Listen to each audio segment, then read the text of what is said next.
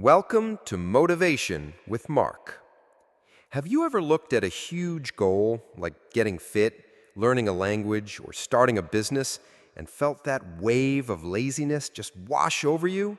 That feeling that it's just too much, too hard, and frankly, you'd rather just stay on the couch? You're not alone. Today's story is for anyone who has ever felt stuck, overwhelmed, or just plain lazy. It proves that the journey of 1,000 miles doesn't begin with one massive leap, but with a single, tiny, almost effortless step. This is the story of Sam and the messy garage. Sam was a master of postponement.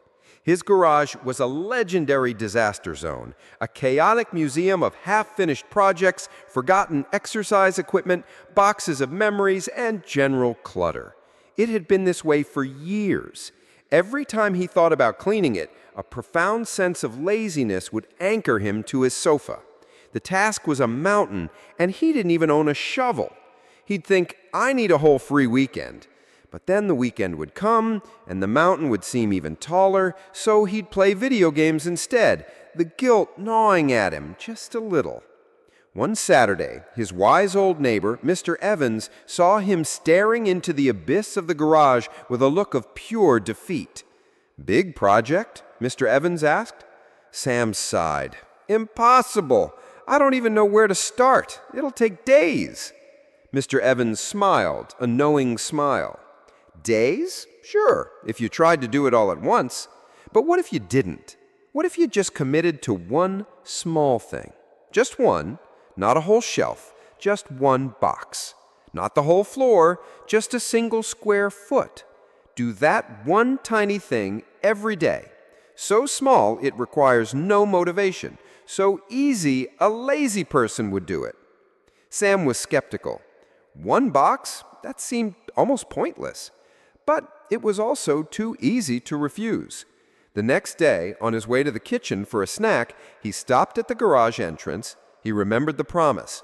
"One tiny thing," he muttered. He walked in, picked up a single empty cardboard box, flattened it, and put it in the recycling bin. The entire effort took less than 30 seconds. He felt a tiny, almost imperceptible flicker of accomplishment. The garage was still a disaster, but one empty box was gone. The next day, he did it again. He found a pair of broken sunglasses and threw them away. The day after that, he put 3 books back on a shelf. Each action was trivial, requiring almost no energy or willpower. Because the habit was so small, his laziness didn't put up a fight. There was no internal argument because the task was over before his lazy side could even voice an objection. A week went by, then 2. Sam's tiny daily actions became as automatic as brushing his teeth. Some days he did a bit more, simply because he was already there and felt like it. Other days he strictly kept his promise of just one thing. But a subtle shift was occurring. The mountain of clutter was slowly, grain by grain, being carried away. He could see a patch of floor. A whole shelf was now clear. The overwhelming dread was gone, replaced by a quiet, consistent rhythm of progress. About 2 months later, Sam walked into the garage one Saturday morning to do his one thing and looked around and realized there was nothing left to do. The floor was swept, the tools were organized on a pegboard, the boxes were sorted into keep and donate piles. The mountain was gone. He had climbed it not in a single exhausting sprint, but in hundreds of tiny, lazy-friendly steps. He hadn't fought his nature, he had tricked it. He had used the power of small, consistent habits to achieve something that once felt utterly impossible. Mr. Evans came over that day and whistled, impressed. "Looks like you found that free weekend after all," he joked. Sam laughed. "No," he said, "I found something better. I found 5 minutes a day. I learned that you don't need to be a motivated person to start. You need to start to become a motivated person. That first tiny action, it creates a little momentum, and a little momentum, repeated every day, can move anything, even a lazy guy like me." And that, my friends, is the profound lesson from Motivation with Mark. Sam's story isn't about cleaning a garage. It's a blueprint for overcoming laziness and achieving any goal, no matter how big. We fail not because our goals are too big, but because our starting steps are too big. We try to go from 0 to 100 in one go, and our brain, which is wired to conserve energy, rebels. It triggers that feeling of laziness, of being overwhelmed. But when you break it down into a habit so small it's ridiculous, you bypass the resistance. You're not asking your brain to run a marathon, you're asking it to tie its shoes.